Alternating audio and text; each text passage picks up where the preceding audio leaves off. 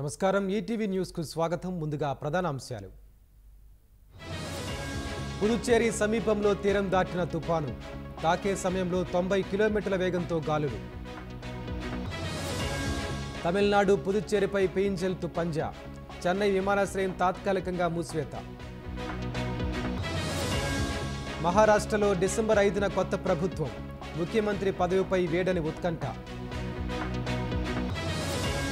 ఈవీఎంలపై కాంగ్రెస్ సందేహాలు తీరుస్తాం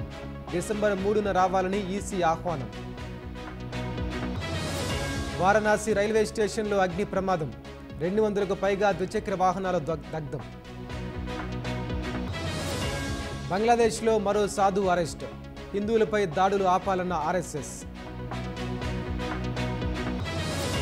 బాలికపై సవతి తండ్రి ఘాతుకం నేరస్తుడికి 141 ఏళ్ల పాటు జైలు శిక్ష